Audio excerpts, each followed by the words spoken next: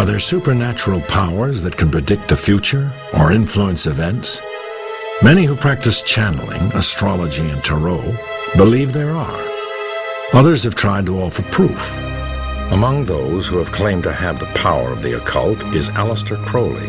He believed that he could focus his mind and bend anyone to his will. One day in the 1920s, as he walked down a New York street, with his friend William Seabrook, he put his powers on display. Seabrook asked for a demonstration of this. So Crowley pointed to a gentleman who was walking down the street and said, "Watch this." And Crowley then began to mimic the walk and the step of that person. And then Crowley suddenly dropped to a crouch and stood up again. And the person he was mimicking slipped and fell on the sidewalk. And then got up and looked for a banana peel or whatever and couldn't figure it out. And that was Crowley's demonstration of one of his newfound magical powers. The story is legendary in occult circles, held as proof of a concept called action at a distance.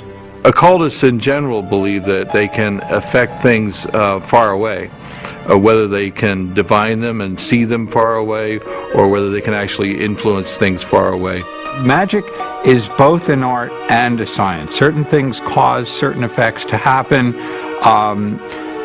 At the same time, they have to be done with a certain intention and perhaps a certain flair in order to work. Was Crowley a master of 20th century occult magic, as some have claimed? His beliefs were nothing new. Crowley took his lead from the Egyptians, early occultists who believed that spells could heal the sick and make crops grow. Some things that seem supernatural can often become accepted fact. Sir Isaac Newton believed that an invisible force called gravity that held planets in orbit around the sun created action at a distance. Newton hesitated to share his groundbreaking theory of gravity for fear that it would be branded as magic. Science nowadays really is touching against ideas dealing with where magic and spirituality and religion intersect. And they're both ways of trying to find out about how the world works. The occult means secret or hidden, and its early masters were regarded as true magicians, but they were also the first scientists. Their discoveries in the occult arts of astrology and alchemy gave birth to modern scientific disciplines. You go back to ancient times, there was no science. So the magicians and the alchemists and the proto-mathematicians, they were doing science, but they were also doing literature and philosophy and cosmology and religion, and there was no sorting out of those things. Since the birth of what we would call modern science, science and the occult have sort of separated the paths. Many still view the occult with suspicion, but modern science is often working on the edge of the supernatural, trying to solve mysteries that confronted the first magicians. Serious physicists are contemplating time travel. Serious physicists are contemplating parallel universes. Serious physicists are trying to understand the 11 dimensions of string theory. And when you get into those realms, you start to look to myth and sort of magical thinking and almost surreal thinking as a way to even talk about those things. Were the early occult masters keepers of secrets that modern science is only beginning to rediscover? The trail of the occult begins in Egypt 5,000 years ago. Just before the rise of Egypt's great pharaohs, hieroglyphics or pictographs were invented. Egyptians used them to document their history and religion, and to practice complex systems of astronomy, astrology, and geometry. They believed their powerful knowledge came from the god Thoth. Thoth, or Tahuti, was the Egyptian god of magic. And more than just the god of magic, he was the god of writing, of astronomy, of mathematics and science. He invented language, invented writing. Only priests with special training were allowed access to Thoth's sacred knowledge. Imhotep, builder of the first pyramid, was one of the chosen. Thoth was considered to be the one who gave us writing and numbers and the arts of self-cultivation through works of consciousness. Some people thought he was a person who was then deified through his accomplishments. Other people feel that this has been a mythical entity from the beginning. Legends held that a book of magic written by Thoth contained the secrets of the gods. The Book of Thoth was actually considered to be in the astral plane. Not a physical thing, but something that you had to actually travel in consciousness to arrive at.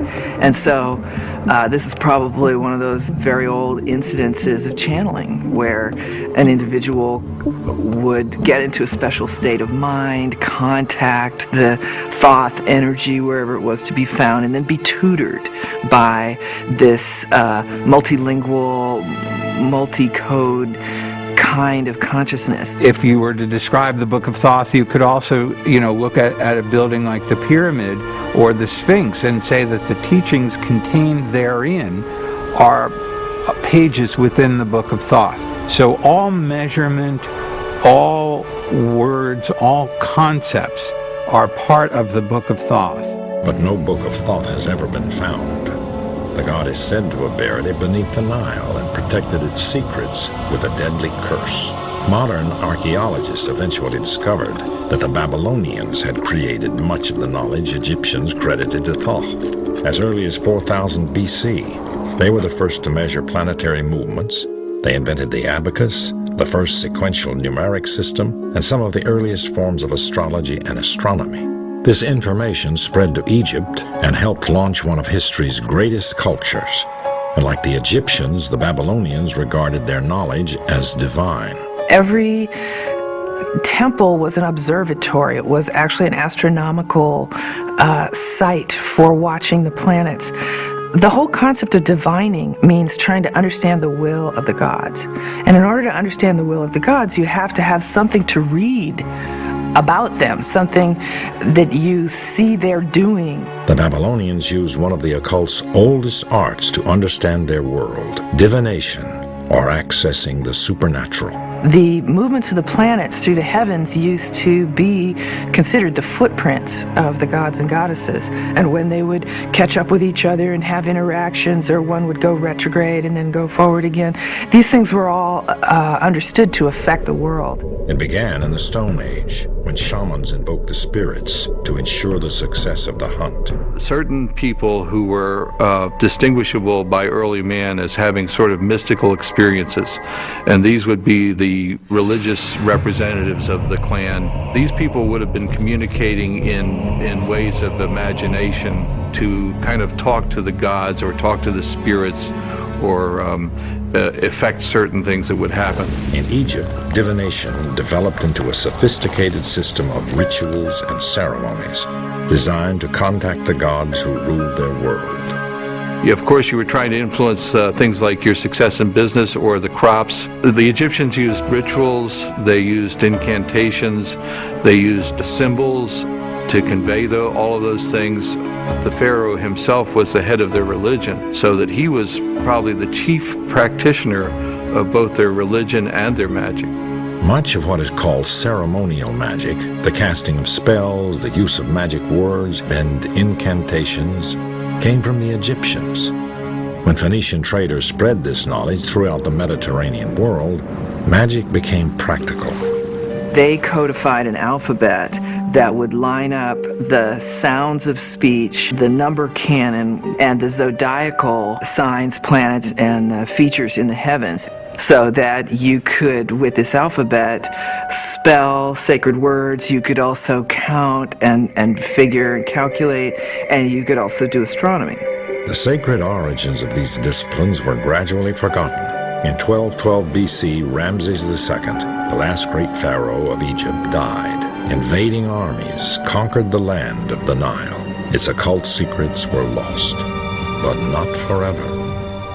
After the decline of Egypt's extraordinary culture, another civilization rose, Greece, in the 6th century BC. It was aided by one of the most probing minds in history, Pythagoras. Our alphabet, the buildings that surround us, even the music we hear, owes a debt to this brilliant philosopher. In his pursuit of wisdom, Pythagoras traveled broadly, searching for lost occult knowledge. He found it in the mystery schools scattered throughout many different cultures. Pythagoras synthesized the elements of these teachings into a new discipline, philosophy. Its foundation, numbers. He believed that mathematics and philosophy and an understanding of the divine all went together. We can't say he originated anything, but he condensed and boiled down the knowledge of the world and then brought it to a practical application. Pythagoras identified numbers as the most fundamental elements of creation. As we look at science in this day and age, we're finding that the whole world is filled with these mathematical constants. You've got pi, you've got the speed of light, you've got the force of gravitation. So the idea that numbers describe the world seems to be the case. In 518 BC, Pythagoras opened a school in the Croton region of southern Italy. His carefully selected disciples were called mathematicoi. Their initiation was rigorous. 3 introductory years, followed by 5 years of absolute silence, then 5 more of training. Only then were students ready to learn the most sacred mysteries of numbers. He wanted to produce philosophers like himself, so you had to be very circumspect, you had to be very self-controlled to be able to even be in his school.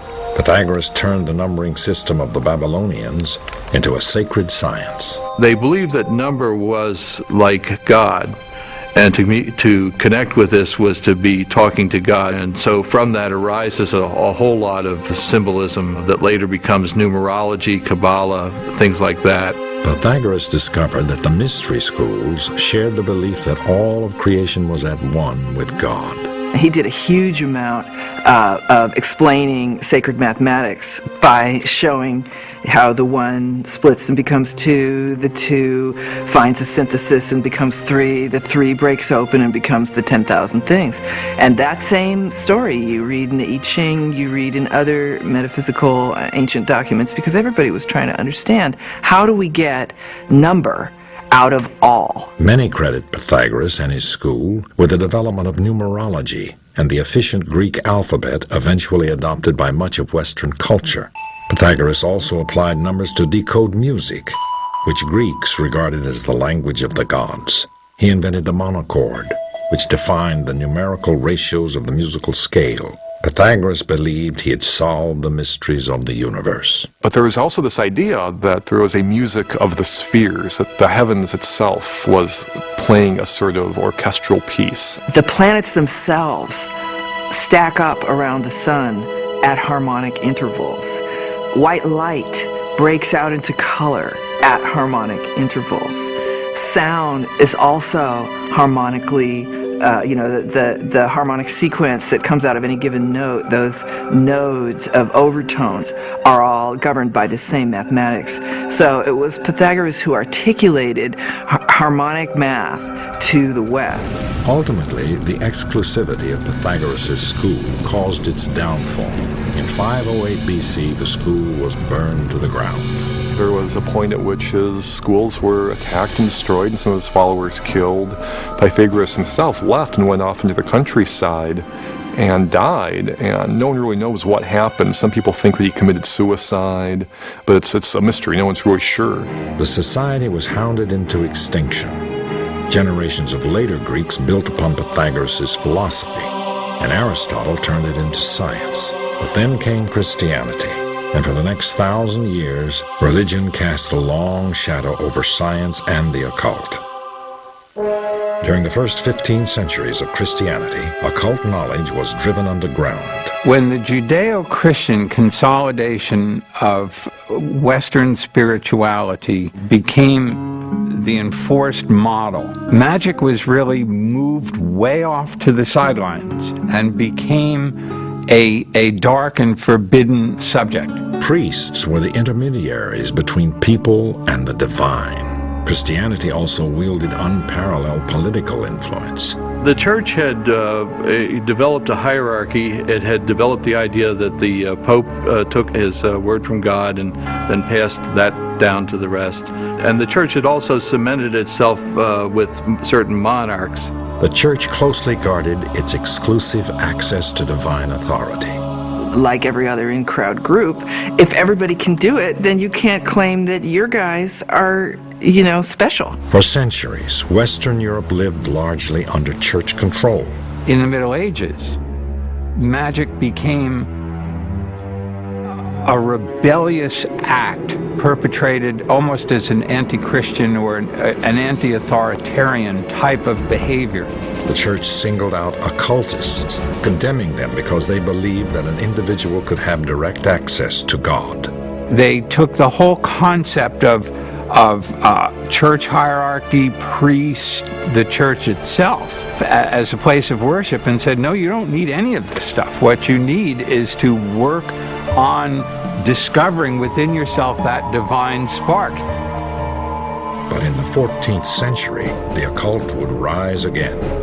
Ironically, the church's holy war, the Crusades, was in part responsible. Monasteries to the east on the border of the Muslim world had preserved many of the ancient Greek and occult texts, studying them as curiosities. Returning crusaders brought a number of these documents back to Europe with them. This learning started to trickle back, and little things were found in monasteries, a bit of scripture here, a bit of text there. And so the rumors were around that there had been greater learning in the past. This rediscovery fueled an extraordinary rebirth of culture. Well, this was the point people began to realize, oh, there was wisdom amongst the ancients. You have a new reverence for Egyptian and Greek and Roman and Hebraic tradition, because people are looking for really empowering knowledge and looking to understand the secrets of the ancients. Art and science swept through Western Europe in the 1400s as it ushered in the Renaissance. Leading the movement into new ways of looking at old knowledge was the German physician Paracelsus.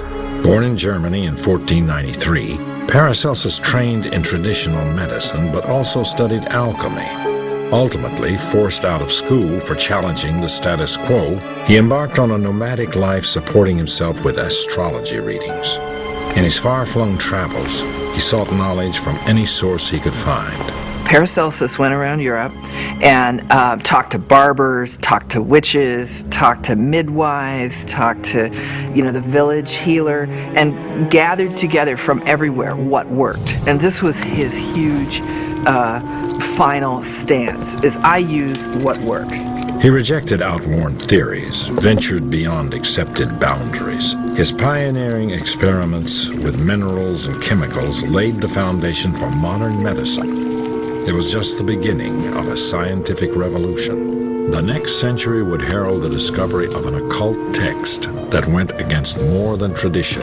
It was a threat to the power of the church. The Renaissance brought about a new spirit of learning, and academies sprung up throughout Europe. In the 15th century, Marsilio Ficino founded one of Italy's most progressive. With the support of his patron, Cosimo Medici, Ficino acquired and translated a collection of documents reputedly authored by a mysterious Egyptian magician named Hermes Trismegistus. An emissary from the Orthodox Church brought a cache of documents, and Ficino found, I think it was 12 books supposedly written by Hermes. They weren't necessarily all written as one book, but they were gathered together once these translations were made. The documents, which became known as the Hermeticum, contained teachings from the early Christian era that had been lost for centuries. Their pedigree appeared to be impeccable. The name of their supposed author, the mysterious Hermes Trismegistus, was a combination of the Greek god Hermes and the Egyptian god Thoth, the two greatest gods of Greek and Egyptian magic. There was occultism in there. There were esoteric doctrines. There was alchemy. There was magic. There was astrology. And Ficino and his school considered these documents to be extremely old, predating Plato, in fact, and having come from Egypt. Scholars would determine that the man Hermes Trismegistus never existed. What Ficino was translating was a compendium of Greek lore about how an individual could cultivate themselves and become enlightened, raising of a given individual's consciousness until they are like the gods. The books were set up as a series of dialogues between the god Hermes and others who conveyed the secrets of the universe. One of the documents was a short piece called the Emerald Tablet, which became the Bible of Renaissance occultists. On this tablet, it was said, these are all legends, that there were 12 or 13 lines, and these lines started with "as above, so below." This was the great idea of the pattern of the universe, the pattern of the stars and the great universe is repeated as well on the earth. The Hermeticum restated the teaching of the early mystery schools, that human beings possessed a divine nature. So this is really the goal of Hermetic initiation and any other kind of initiation, would be to transcend our mortality and put us back into our ultimate state as spiritual peers. The Hermeticum dazzled Renaissance scholars, and occultism was reborn. Could the idea that human beings shared a direct link to God undermine the authority of the Church? The discovery of the Hermeticum during the Renaissance created a new generation of occultists. They sought to combine religion with science and magic, a dangerous undertaking in a society ruled by Christianity. John Dee would risk his life to study its teachings. John Dee was a giant. John Dee was the embodiment of the ideal of an enlightened being who had the spiritual understanding of his role and mission in life, and who was gifted with, superior intelligence. But like Pythagoras, he would pay a heavy price for daring to seek out the wisdom of the gods.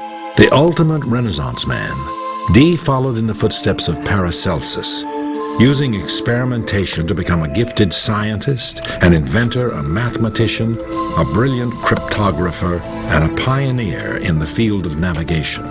But he was also an occultist, he was a sorcerer, he was an astrologer. He was, in fact, Queen Elizabeth's personal court astrologer. And in that sense, his interests were all very much in keeping with the thinking of the time. There wasn't a distinction made between magic and science, and he was pursuing an understanding of the world around him. When Queen Elizabeth rose to the throne of England in 1558, she installed Dee as court astrologer, but his influence reached far beyond his position. England's famous magician was also a spy for the Queen. He was involved with political intrigue. He was a trusted ally of the Queen, but he was also working behind the scenes throughout Europe to help to lower the power of the Church and to substitute Protestant power in its stead. With Dee's guidance, Queen Elizabeth officially legitimized the most significant occult science of the Renaissance, alchemy. Alchemists had two goals: to heal illness and to turn base metal into gold. They believed success could be achieved by finding the Philosopher's Stone, a mystical agent that would also produce a higher level of consciousness in the alchemist. That was really an approach to trying to understand the way the physical world works, and alchemy as a practice, was the forefather of modern chemistry. Alchemy had existed since the early Egyptians, but in the hands of the Renaissance scientists, it reached new heights. Everything that we know and do today in our modern science was developed by the alchemists. Laboratory techniques were part of the alchemical tradition. The observation of results, the scientific method is a child of alchemy. Alchemists were on the leading edge of science. They discovered phosphorus, zinc, the distillation of alcohol, the germ nature of diseases. They were the first to understand how blood circulates in the body. The Church viewed their unorthodox experiments and scientific breakthroughs with growing suspicion. We are speeding up what nature does. We're speeding up the rate at which the metals evolve. We're speeding up the rate at which medicines are combined and raise consciousness. And the Church felt that you can't be speeding up God's creation without recourse to demons. Despite his work in alchemy, Dee's true occult passion lay in divination. He believed that he could apply scientific methods to communicate with supernatural beings. Dee's obsession with contacting the angels would have disastrous consequences. This art of manipulating objects like bones, tea leaves, and tarot cards had arrived from the Muslim East in the 14th century and become a popular method of fortune-telling. But Dee used a divination method known as scrying. Dee relied on looking into a crystal ball that would reflect back supernatural information. Scrying is a long-time-old technique, scrying into glasses, mirrors, bodies of water, anything that would have a reflective surface, and see if you could see not just the material things, but the spiritual things standing behind. These efforts were unsuccessful until one day a young man named Edward Kelly appeared at his door. Kelly seemed to have the talent to see into the shadow world. Their system involved Edward Kelly looking into a amethyst crystal and describing what he saw, and John Dee would then record these communications. Kelly began receiving messages from the angels. They spoke in a language he called Enochian, from the lost biblical book of Enoch. These transmissions are early examples of what New Age followers now call channeling. What Dee and Kelly brought forth was completely new. It was not based on tradition. He appeared to be speaking a new language. The Enochian language does appear to have a coherent vocabulary and syntax, and this doesn't seem like the sort of thing that Kelly, who was not a particularly educated or schooled person, could have just invented. He couldn't have faked something like that. John Dee and Kelly embarked on a tour of Europe to share their discoveries, just as the Inquisition launched another crackdown against heretics. All you needed was a slight change in political or religious circumstance, and something that was considered exceptionally wonderful would then be considered demonic and scary. Dee returned home to England to find that a mob had destroyed his irreplaceable library and scientific and occult instruments. Dee had fallen out of favor with the court. The man who began as a leading scientist of the Renaissance ended his life penniless, branded as a sorcerer. Dee's main legacy was not to science, it is to magic. And it's because of those who have come after, who have seized upon what he created and made it into a new worldview. Whether it's consciousness arts or ceremonial magic or divination, could take place inside these new parameters that they set up. John Dee's fall was the beginning of the occult's end. The practices were reviled by the church as the work of demonic possession. From the 14th through the 16th century, more than 40,000 people would be executed for witchcraft.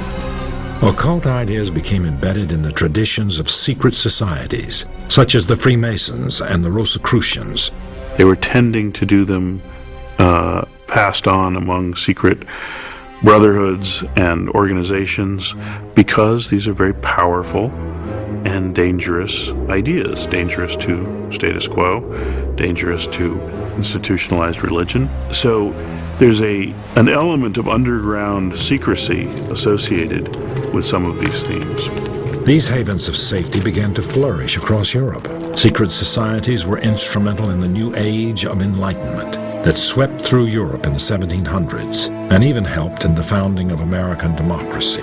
Participation in these organizations had fallen dramatically by the mid-1800s as they became more civic-minded and less interested in the occult. So what would cause a resurgence in the occult? In rural New York, two unlikely sisters would inspire a national obsession with the occult. Magic would once again capture imaginations. On March 31st, 1848, Sisters Leah and Margaret Fox publicly declared that they had contacted spirits from beyond the grave. An American fascination for communicating with the dead occurred almost overnight. The Fox sisters used a technique called a seance, which quickly became one of America's most popular pastimes. People gathered in a darkened room while a medium tried to make contact with the spirit world. There would be tambourines and other bells that would sound, and the medium would actually be able to exude, ectoplasm from their nostrils or their mouth, and it was this sort of spiritual substance that allowed the spirits of the dead to manifest and appear. And in other cases, the medium would simply become a conduit or a channel through which the deceased were able to speak.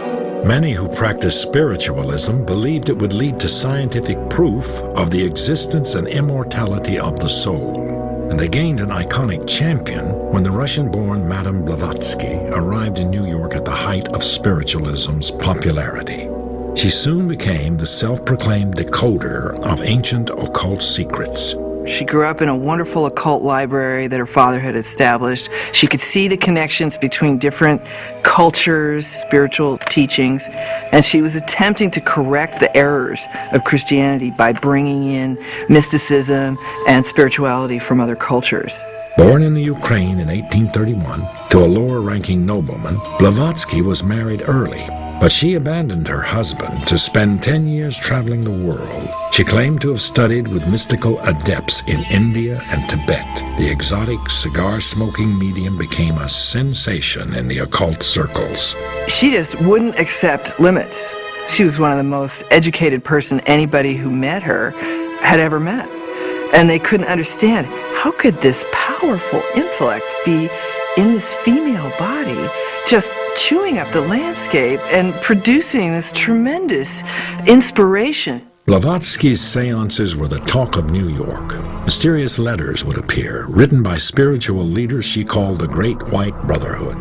Blavatsky was not above taking advantage of the popularity of seances to push her own cause, and she used these seances to very spectacular effect to materialize letters written by these ascended masters as instructions being passed down to her. The Brotherhood dictated to her the books that became the foundation of a new science of mysticism, Theosophy. Blavatsky wrote essentially two gigantic collections, Isis Unveiled and The Secret Doctrine, which purported to be the teachings, the secret teachings of this kind of Eastern brotherhood, the mystery schools of initiation.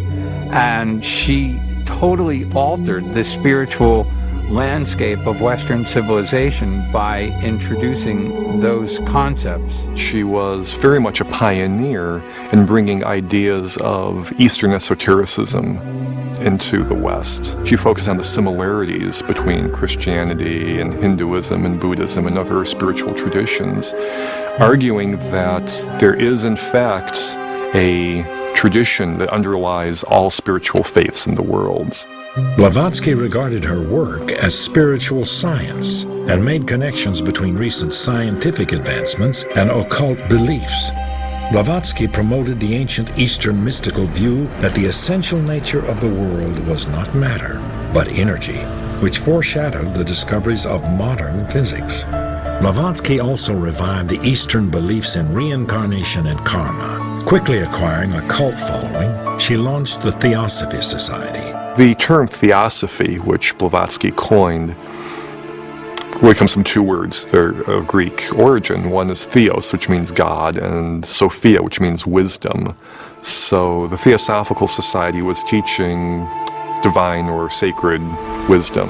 The Theosophical Society spread internationally and still exists in many countries. Blavatsky was hailed by her followers as the mother of the New Age.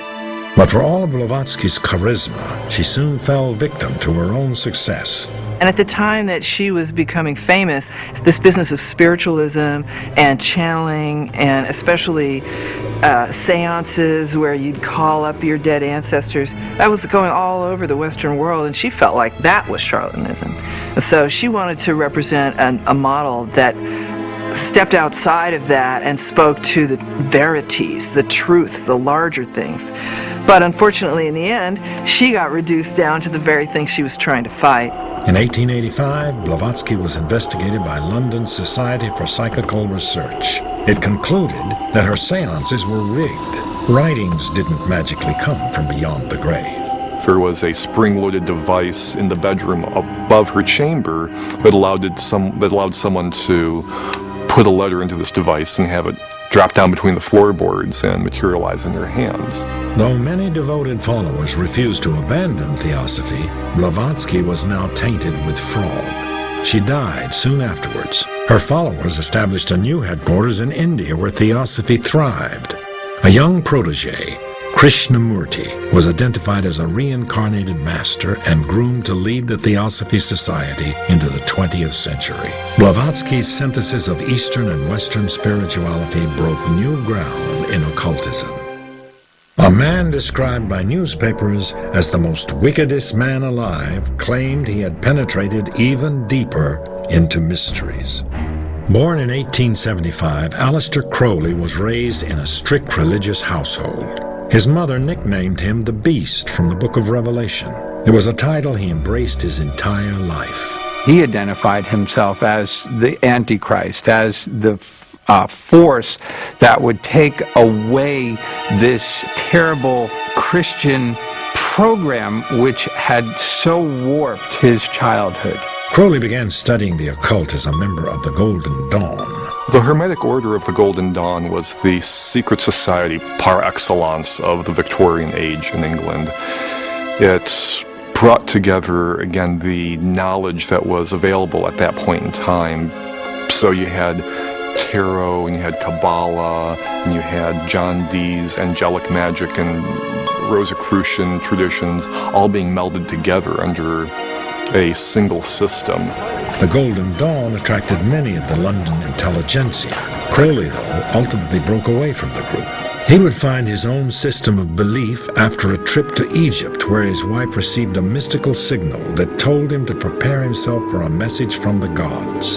Heeding the call, he began spontaneously writing a book he called the Book of the Law. This book announces a new law for mankind. And in fact, it tells us that we are very emboldened and brightened spiritual entity, that in fact, we are as the gods. The Book of the Law was another synthesis of Eastern and Western spirituality. Crowley called his new system the Lima. It incorporated principles of magic that he said he had learned from ancient Egyptian and other occult sources. He became a self-proclaimed master of action at a distance, focusing the power of his intention or will to create desired effects. Aleister Crowley defined magic as the art and science of causing change to occur in conformity with the will. And his whole approach is basically to empower the practitioner to make their intentions happen, to materialize what they want to have happen in the world. The Lima's fundamental law was, "Do what thou wilt shall be the whole of the law. Love is the law. Love under will." While this may have meant pursuing a higher path for some, for others, it excused every variety of deviant behavior. Some critics claim that Crowley himself was one of its worst offenders. Crowley was practicing sexuality as a spiritual path. He reduced a great deal of symbolic teachings to their essence, which is essentially the duality or the polarity between male and female. And he experimented greatly within that sphere to understand what mysteries were contained within the sexual act. Crowley went on to start his own secret society, the Ordo Templi Orientis, and wrote numerous books about meditation and ceremonial magic. He also helped reinterpret tarot for the 20th century. The tarot is a pictorial representation of occult teachings. It's a method of going within and contacting archetypal levels within oneself, spiritual levels, and entering meditative state in which intuition is heightened, and maybe even, where you can see certain patterns developing because you're in the right state of mind. While popularized by Italian noblemen in the 1300s as playing cards, some say tarot's origins date to ancient Egypt. Over time, they acquired occult significance. Crowley developed a deck of his own, called the Book of Thoth, based on the Egyptian magic he had studied. A popular divination tool today, tarot is said to reveal information about the seeker and the questions about his future. everything that's related in one moment of time is all connected. So if two people come together around a question and they're manipulating an oracular tool like this, but if that manipulation is intended to serve the need and the feeling, then it will make a mirroring reflection of the energy that's produced between the two people. Crowley's writings, like Madame Blavatsky's, were heralded as forerunners of many New Age ideas. But despite his serious work in occultism, ultimately he became infamous for his use of drugs and decadent sexual behavior. As Hitler rose to power in the 1930s, Crowley's reputation was fatally damaged. He wrote pro-Nazi propaganda and was soon an outcast. After World War II, it was rumored that Hitler had used Crowley's and Madame Blavatsky's writings to help him create his theory of a master race. I don't think there's any evidence that Hitler read the works of Aleister Crowley per se. It's definitely known that Hitler and members of his regime had a very keen interest in the occult, and they adopted the trappings of occult symbolism. Ill and addicted to opium, Crowley spent his final days in a boarding house and died in 1947. Like other occultists before him, Crowley attempted to learn the secrets of the gods, only to be discredited and condemned by society. I think that in the cases of these great thinkers in history that we see ultimately being persecuted for their beliefs, what's happening there is that these people are very forward-thinking and they challenge our preconceptions. They make people uncomfortable. From that level of discomfort and that level of fear and that threat that thinking has to people's power base, that leads societies and governments and other institutions to act against people who speak out in that way. Once again, occultism seemed to disappear. It would take the drugs, rebellion, and social upheaval of the 1960s to usher in its next revival. Occult practices languished on the fringes of society for most of the 20th century, but they resurfaced during the hippie movement of the 60s. Popular gurus like the Maharishi and Timothy Leary promoted altered states of consciousness that could lead to higher levels of self-awareness. Individualism became the goal of millions of young people who rejected traditional religion to find their own direct route to God. By the 1980s, New Age ideas had become mainstream. Madame Blavatsky's writings became pivotal in reinterpreting occultism for modern audiences, and even Aleister Crowley's reputation was somewhat restored. There was this boom in occult interest that resulted in Crowley being almost a pop culture icon. The Beatles put Aleister Crowley on the cover of Sgt. Pepper. You have musicians like David Bowie and Jimmy Page becoming very interested in Crowley. He experienced a renaissance, as it were, in the 60s and 70s and has been a very popular figure ever since. Occult belief systems are now embraced by millions of New Age followers who pick and choose from their wide array of concepts to fashion their own individual brand of spirituality. Yet the occult is still often regarded with suspicion. Many of those who practice occultism describe it as a modern mystical quest. The mystical quest is the process by which a limited, time-space bound human being can transcend their background and history and come into this divinized or macrocosmic consciousness. And that is the process of becoming immortal. Leaving this physical flesh behind and being successively identified with larger and larger realms of reality. The holistic philosophy of New Age beliefs continues to grow in popularity. We're surrounded by material wealth and technology, and we feel like we've lost something. We've lost that connectedness. We've lost the understanding of our human roots. And a lot of the interest in New Age ideas and a lot of the look back to ancient ideas stems from that desire to reconnect with that history and to make us feel more whole, more spiritual, more connected, more aware of the passion and meaning of life around us. But what began as occult magic has informed the world of science. There were attempts, legitimate attempts, to try to understand the way the world works. And there would not be astronomy today if it had not been for the ancient astrologers who studied the heavens. There would not be chemistry today if it weren't for the alchemists who did their thing as well. Some of the secrets that they thought they were working on were the secret of eternal life, the secret of being able to be without disease, then the great secrets of transformation, let's say of lead into gold, but that's like not the only one. Maybe one of the transformations is the human being into a godlike thing. And it's a wonderful thing that now we come around to particle physics and people thinking that life is pure energy, and that maybe there is a connection between those ideas, that maybe the power to become godlike is in the ability to transform yourself. Medicine and science have benefited from the input of occultism, and in the future, what we think of as magic may play a role in even greater discoveries. In our push to science, we're a culture of specialists, very focused on particular areas. So I think some of that holistic nature from the past is necessary to make the breakthroughs that we are currently not able to make in science. Beliefs can blind us, whether they're religious beliefs or scientific beliefs.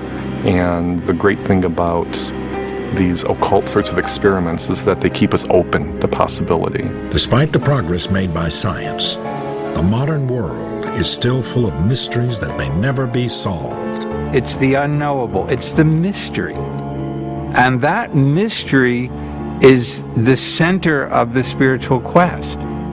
But it's also the center of the scientific quest and the artistic quest. That is what we're here on Earth to do, is seek after that mystery. Like the first occultists, modern scientists will continue to search for ways to divine the mysteries of our world and the forces that have created them.